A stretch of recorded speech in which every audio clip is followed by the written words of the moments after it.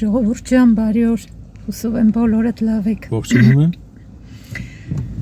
Մենք էլ ենք լավ, այսպես սուկվել, զարդարվել, գնում ենք ռեստորան։ Լավ առիթի համար ենք գնում։ Երեխայա ծնվել, իսկ երեխայի ծնունդը միշտ մեծ ուրախություն է, ամենամեծ ուրախությունն է ծնունդը։ Մեր լավ բարեկամների թոռնիկի ծնունդը։ Իդեպ այս քաղաքը, որ գնում ենք, մենք կարճ քանի ամիս է շուտ այս քաղաքում ապրել ենք։ Համարյա 3 ամիս ապրել ենք այս քաղաքում, փոքր քաղաք է։ Սիրելիներս, ուզում եմ շատ մեծ շնորհակալություն հայտնեմ իմ քույրիկի ու իմ կողմից անձամբ քույրիկիս ծննդյան օրվա արդիվ ձեր ջերմ շնորհավորանքների համար։ Շատ շնորհակալ եմ, որ այդքան լավն եք, այդքան մեծ սիրտ ունեք ու ինչ լավ բաներ որ կամեցել եք, ինչ որ ցանկացել եք քույրիկիս, կրկնապատիկը ձեզ եմ ցանկանում։ Մի քիչ վարինգից է երևի, հենց որ մի թեթև սառը բան եմ խմում կամ ուտում, ընդհանրապես այդպես չեմ էլ խմում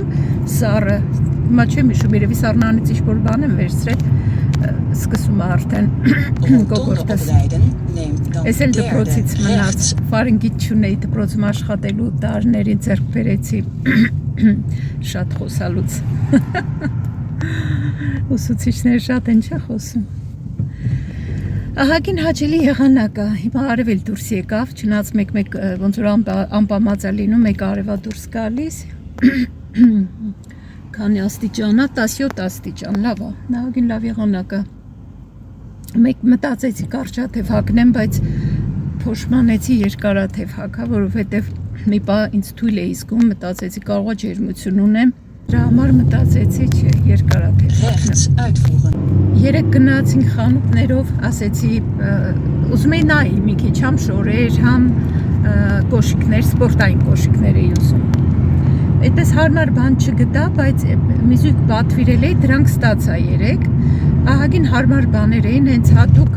մասնագետները, օրթոպեդները, նրանց բանով է էլի ստեղծվել, կարվել, որ երկար քայլելու ժամանակ ոտքերի չցավան։ Հոլանդիայից եմ պատվիրել, փորձեցի շատ հարմար էր, հիմա չգիտեմ, երկար հագնելուց ոնց կլինի, բայց կփորձեմ արդեն։ Երեքշաբթի օրվանից որ գործի գնամ, դրանք կհագնեմ, նայեմ իրոք ճիշտ է թե չէ։ Իդեպ 100 եվրո արժեին զեղչվել էր, 40 եվրո էր իջել։ Տարբեր գույների կային, սև ընտրեցի, որ աշխատանքային լինի, չնայած կրունկների գույնը սպիտակ է, բայց ինձ թվում է դրա համար բան չեն ասի գործի տեղը։ Մի քիչ շոր բան նայեցինք, ասեմ, այդ Զարայում իրոք էլի տարբերվում է, շատ որակով են Զարայի only շորերը, շատ որակով են, ուղղակի այնտեղ էլ նորմալ բան չես գտնում, ոնց որ ամեն ինչը, չգիտեմ, մի ավել պակաս բան, ձևը, կարճ այս, այն, տարբեր բաներ կան, հարմար բան այդպես, երևի կարելի ասել հարմար բան չգտանք, երկու բան ենք վերցրել, ամեն դեպքում ժամանակ տրամադրեցինք, նայեցինք, էլի։ Ասեմ, որ լամինատը վերջացրել Աշոտը շատ սիրուն է եղել, նկարը կդնեմ ցույց կտամ, այսինքն կնկարեմ ցույց կտամ, շատ սիրուն է եղել, մնում է մի փոքր հատված, մետլախանի ու վերջ, վաղը խանութները փակ են, տոն այստեղ խանութները փակ են, չենք կարա գնանք խանութ, երևի կմնա ուրբաթ օրը, որ միասին գնանք Չաշակով մետլախանն են, բերեն խմենք։ Հա, միասին ընտրենք, որովհետև օրինակ վերևի բաղնիկում մուկ գույն արեցինք, դուրս չի գալիս, ոնց որ սրբես, չսրբես, ոնց որ մի ձևի սպիտակ բան լինի, էլի, դրա համար ուզում եմ ավելի բաց գույն լինի, ու ես ընտրեմ, որից դուր կա, չնայած փոքր է տեղը, բայց ամեն դեպքում թող սիրուն լինի։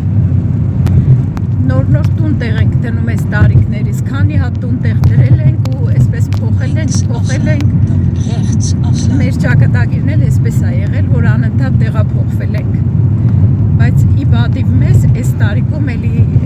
ստեղծել ենք, տուն ենք ստեղծել, հիմա էլ Փառք Աստծո վերանորոգում ենք, Փառք Աստծո կոյենք։ Հլա կարողություն ունենք, ուժ ունենք, այո, անում ենք։ Որակն էլ մի քիչ ձեռքներիցս գալիս է։ Դե գիտեք, ուստա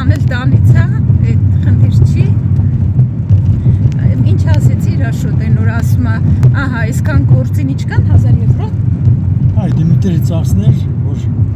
այդքան ուրիշին տայ 600 մայր պիտի աշխատավարձ։ Այն օրն ինձ ասում է,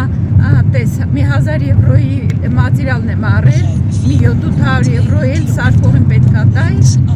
Այդքան խնայեցիր, չտվեցիր, ասում եմ, դե ես չէի էլ պատրաստվում տայ, որովհետև մտածում էի դու վատ կզգաս, որ ես քեզ փող առաջարկի։ Դու առաջարկ ես, վատ էլ չեմ զգում։ Ժողովուրդ ջան, այսինքն իր հաշվից պետքա փողը հանեի ու տա իրան, էլի։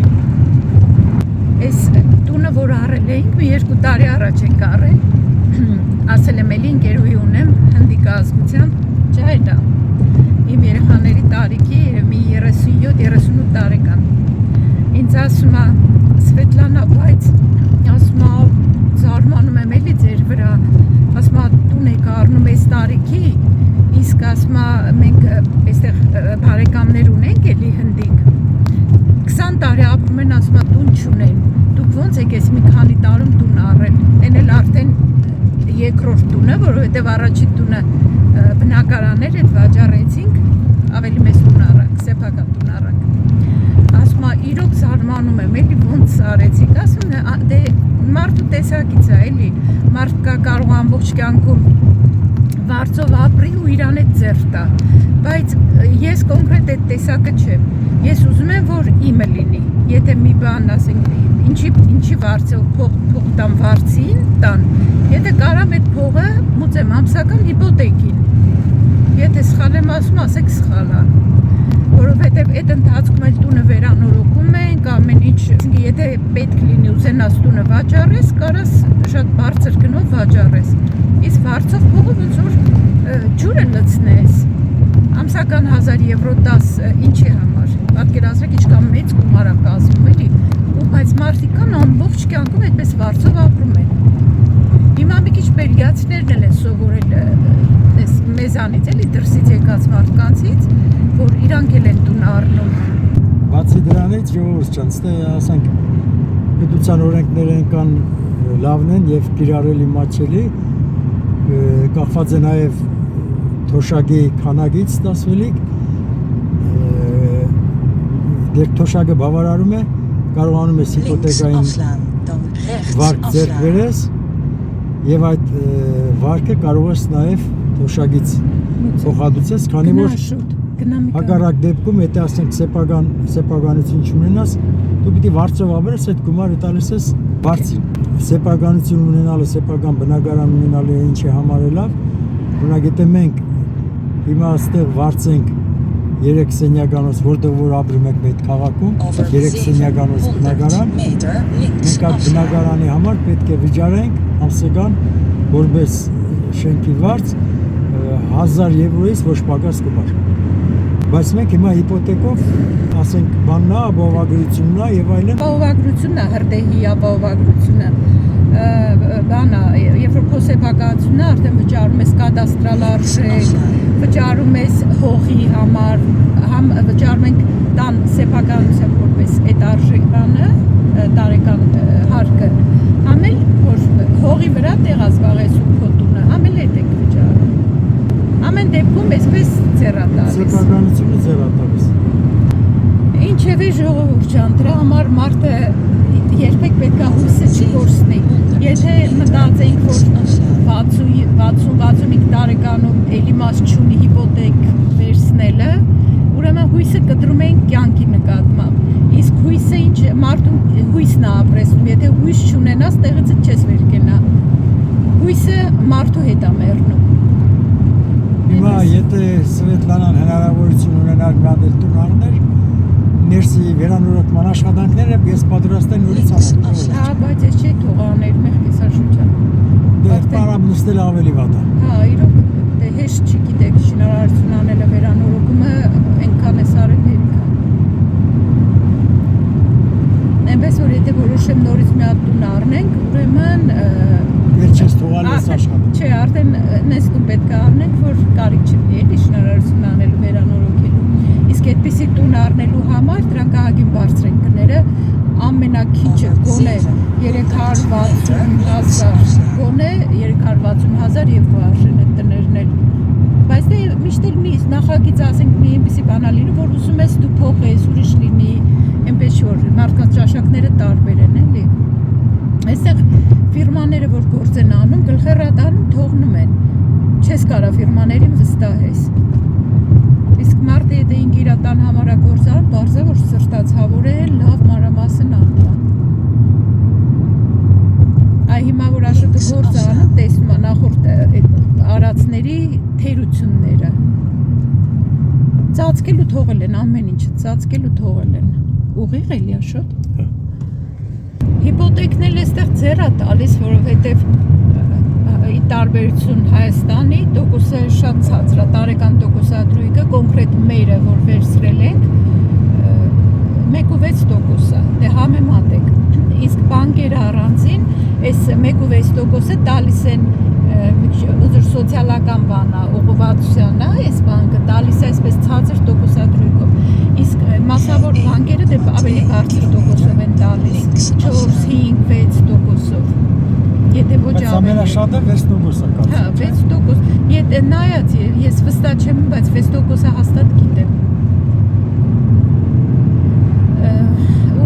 Անպայման դե կյանքի ապահովագրությունն էլ հետն է պահանջում բանկերը, մասնավորները։ Օրինակ մեր տարիքում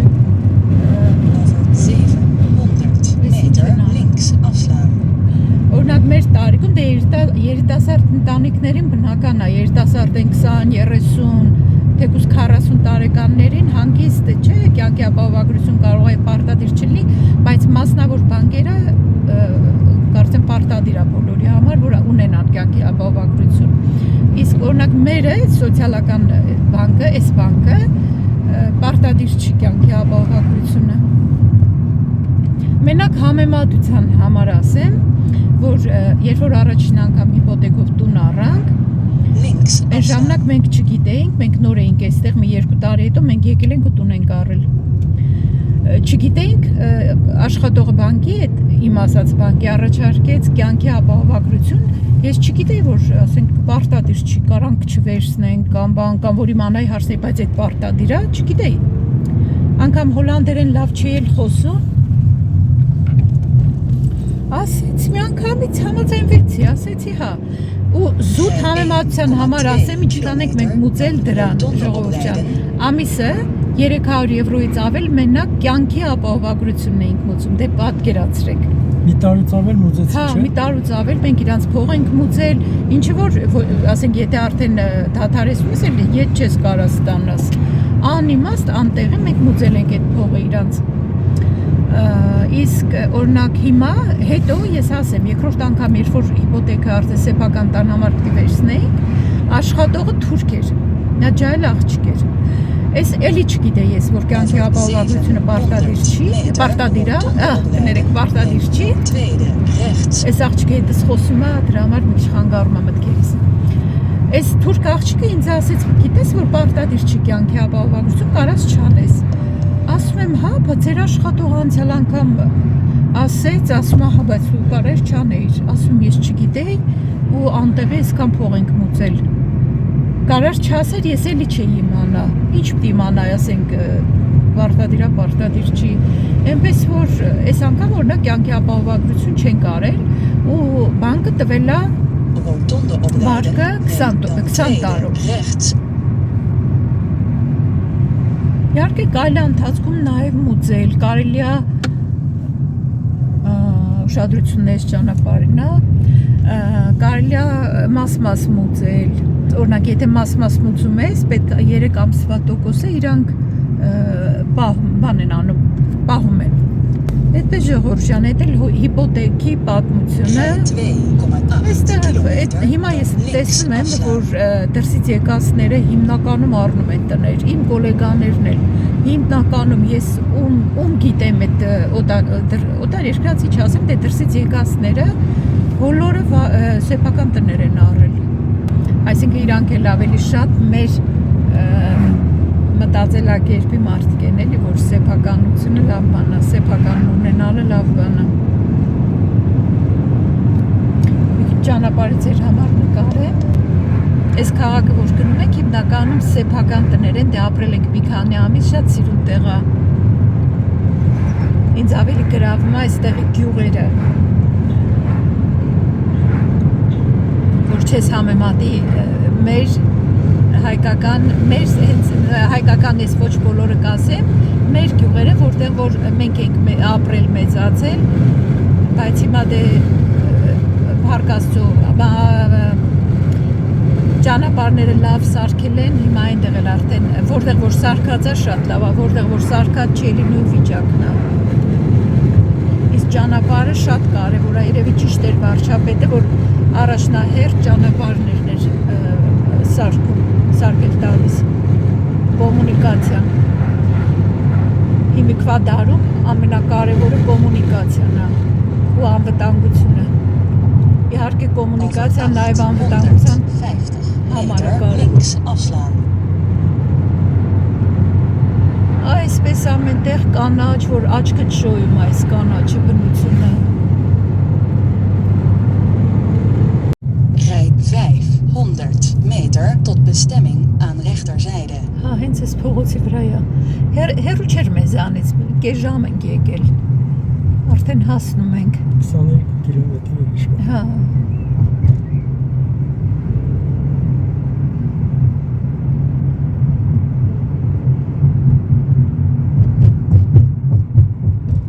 Ասեք ինձ սիրուն են տները բուսականության մեջ։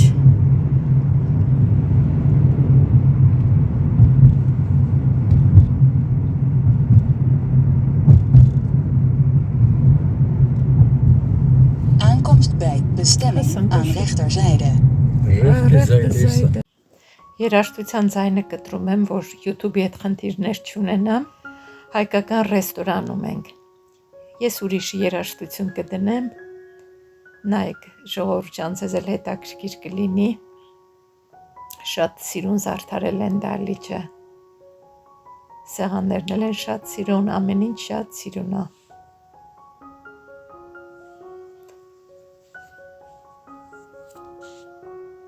Հայկական, ավանդական, թամադայով միջոցառում է։ Շատ գովելի է, որ դրսում ապրելով հայրենիքից դուրս հայերը պահպանում են իրանց ավանդույթները։ Ու երեխաներն էլ այստեղ են ծնվում, բայց մեծանում են այդ ազգային արժեքների ոգով։ Եվրոպայում ապրող երեխաները հիմնականում, ովքեր որ ծնվել են այստեղ,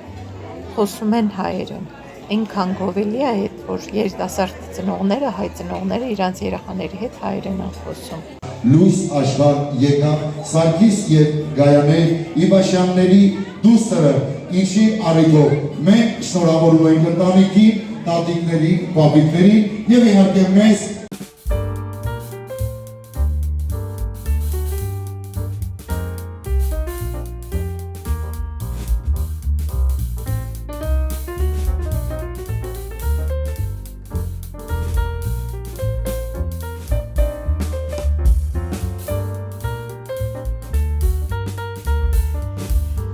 Քեֆ ուրախության ժամանակ պետքա պարես, առանց պարելու չի լինում։ Հենց իմաստը այդ պարելու ուրախանալու մեջ է։ Չեմ հասկանում են մարդկանց, որ գնում են ու երաժշտությունը հնչում է ու ուղղակի նստում են, չեմ պարում։ Սեղանակից հարևանուհիներիս, այս գեղեցկուհի մայր ու աղջիկներին, իմ հարևանուհիները համոզում են, որ կան միասին պարենք։ Իհարկե առաջին անգամ ենք իրար տեսնում, ծանոթացանք, շատ հաճելի մարդիկ էին ու միասին պարում ենք։ Ուրախության ժամանակ մարդու ուրախությունը պետքա կիսես իր հետ, իսկ տխրության ժամանակ մարդու տխրությունը պետքա կիսես իր հետ։ Բնականաբար այսօր ուրախության օր է ու մենք էլ շատ մեծ սիրով ուրախանում ենք մեր սիրելի Սարգիսի ու Գայանեի ուրախությամբ։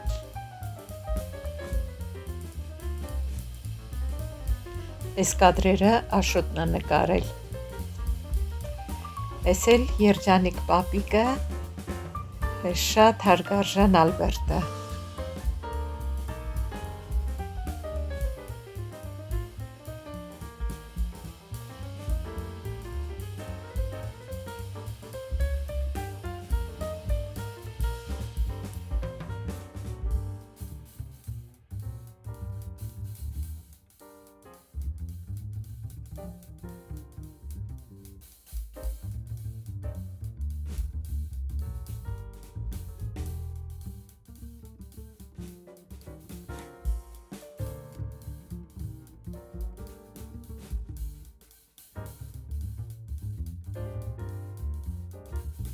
Էս են պահնա, երբ Եվրոպայում ռուս մատուցողը մատուցում է հայկական խորովածը։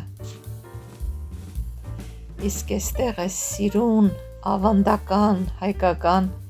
սասնո պարն են պարում։ Շատ հրաշալի պարում են։ Ափսոս երաժշտությունը չեմ կարող թողնել։ Հատկապես նորացնի հայրիկը հրաշալի պարում է, ուշադրություն դարձրեք երկրորդ պարողին մեր սաքոին, հրաշալի պարում է սաքոն։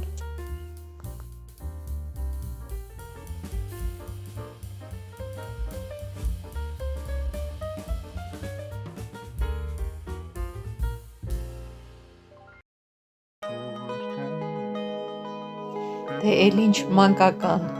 միջոցառում, եթե մուլտֆիլմի հեքիաթի հերոս ներկա չլինի։ Փոքրիկները լավ ուրախացան, իհարկե մենք էլ մեծերս էլ պակաս չուրախացանք։